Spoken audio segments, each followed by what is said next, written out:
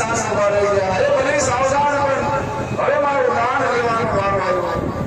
એક જમણો પગ લાંબો કર્યો, એક ડગલું માયકું, ત્યાં તો ભૂંડો સ્વર્ગલો અને બ્રહ્મલોક સુધી પહોંચાડ્યો અને બ્રહ્મલોક સુધી પહોંચાડ્યો. બીજો પગ તો કે પાતાળ સુધી જવા દીધો. બે ડગલા ક્યાં, હવે ત્રીજું ડગલું ક્યાં માંડવું?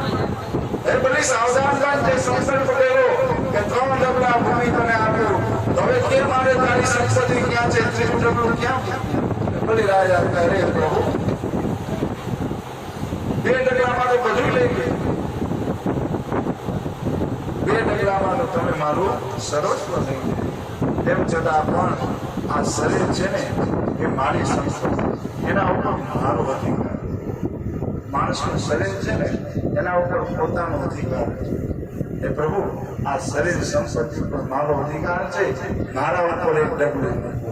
ભગવાન વામનજી વિરાટ સ્વરૂપે બ્રહ્માંડમાંથી જમણો પગ નીચે લેલા અને નીચે લઈને જ્યાં બલિરાજા હાથ કરી બેઠો છે, ત્યાં ભગવાને પોતાનો જમણો પગ બલિના મસ્તક પર મેલ્યો.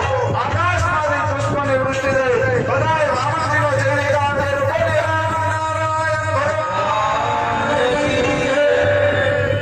વામનજીએ બલિરાજાનું સર્વસ્વ વામનજીએ બલિરાજા પાતાળમાં બલિરાજાએ ભગવાનની સ્તુતિ કરી. ભગવાનની સ્તુતિ કરતા બલિરાજા ભગવાનની પ્રાર્થના કરી. સ્વાસ્માસ્મિન ભુવનદ્રસ્ય વિકૃતિની તોષિકામ દાન શ્રેષ્ઠ તમાતુલ્યમ ગુણમ બંધાય. હે પ્રભુ, દાન દેનારની મુક્તિ થાય છે. બલિરાજા મેં એવું સાંભળ્યું છે કે દાન દેનારની મુક્તિ થાય છે. પુરાણોમાં ઋષિઓ પાસે છે. પ્રભુ મેં દાન કીધું, મારી મુક્તિ. શું કીધું? દાનનો હેતુ જ છે મુક્તિ થાય. દાનનો મહિમા શું છે? એ પ્રભુ મેં તમને દાન આપ્યું, મારી મુક્તિ કરો.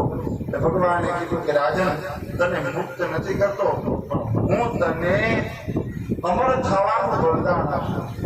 તાળા જેવું ભક્ત અને તાળા જેવું જ્ઞાની અમર ભારતની પર બેસે.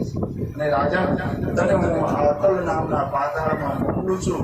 આ પાતાળનું રાજ્ય પણ તને આપું. ભગવાને બલીને પાતાળના રાજા અને બલીને ચિરંજીવી બને. 7 ચિરંજીવીઓમાં બલિ રાજા પણ ચિરંજીવી. 7 ચિરંજીવી અશ્વસ્થામાં બલિ, વ્યાસ, હનુમાન, કૃપા પરશુરામસ્ત સપ્તેતા ચિરંજીવી. આ 7 ચિરંજીવીઓ છે, એમાંથી બલિ રાજા પણ ચિરંજીવી છે. બલિ રાજા